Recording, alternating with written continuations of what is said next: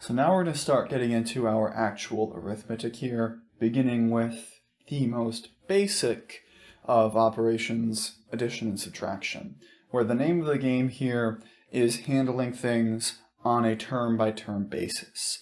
That is, if we want to look at adding or subtracting matrices, what we do is look at adding and subtracting every single term in every single place correspondingly. Now, as a result, when we're thinking about these types of operations, we would have to have that the matrices are of the same order. You can have different values in there, obviously, but they have to have exactly the same size and shape, as it were. If you wanted to add a 2x2 to a 2x3, you couldn't do that because you'd have that ambiguity there over what has to happen to the third column. It wouldn't have natural pairs to work with, to be put together with, to get the right picture.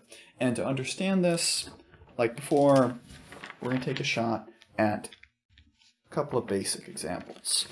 So, for this we have two given matrices, A equals 175, 2, negative 2, 0, and 4, 6, 8, while B is 3, 5, 8, 0, 1, 1, and 13, 11, negative 3, where we're going to compute A plus B and A minus B. Now, for this type of problem,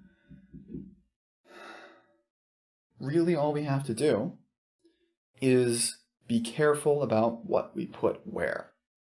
So when we're looking at A plus B first, helps to just write out exactly what we're trying to do in terms of our two matrices.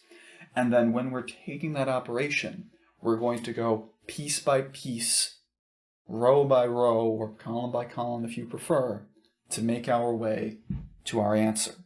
So what we're going to do is start in that top row, where we can see that we have 1, 7, and 5 in A, along with 3, 5, and 8 in B, where we're going to start with the 1, 1 position, which has a 1 and a 3.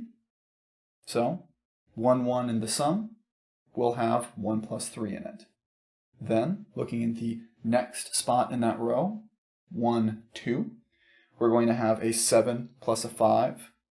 And then finally, in 1, 3, we're going to have a 5 from A plus an 8 from B. So again, we're going through this slowly, each piece by each piece, to work our way to the answer that we want for this sum. And then we're going to do the same thing for the second row, where we have a 2 plus a 0 in the 2, 1 position, a negative 2 plus a 1 in the 2, 2 position, and a 0 plus a 1 in the 2, 3 position. To get that second row, where again, going a little bit slowly, because it's our first run at this, we'll see what it looks like in a second. And then finally, for the third row, in 3, 1, the third row, first column, we have 4 plus 13. Then in third row, second column, we get 6 plus 11. And then finally, third row, third column is 8 plus a minus 3. Technically that's 8 minus 3, but I'm being a little bit more exact here just to be careful about what happens. And then we just add all those pieces up. We just take all of those separate term-wise sums, stick them together, and we end up with the matrix A plus B. We'll have form 4 plus 12, 4, 12, 13, 2, negative 1, 2, and 17, 17, 5. And that is our sum for those two matrices. And it's really the same thing for any kind of sum, and we'll see maybe a little bit more with that later. On the other hand, for the difference, well, it works in the exact same way. We have A minus B, matrix A minus matrix B. And we're just going to take each of these terms and subtract them one by one carefully making sure that we subtract the right term from the right piece in the right place. So we're going to have 4 minus 3, 7 minus 5, and 5 minus 8 in that first row. For the exact same reason we had those sums before, now we've got minuses because we're doing subtraction. Then in the second row, we will have 2 minus 0, negative 2 minus 1, and 0 minus 1. And then finally, in the last row, 4 minus 13, 6 minus 11, and 8 minus a minus 3. Again, that should be plus eventually, but we're being particular. But the long and short of it is, you go through, you do all of those differences now, but it's not really that different, from the addition case. And what we'll end up with for our total difference between those two matrices is negative 2 in slot 1, 1, as 1 minus 3 is negative 2. 2 in slot 1, 2. Negative 3 in 1, 3. 2 in 2, 1.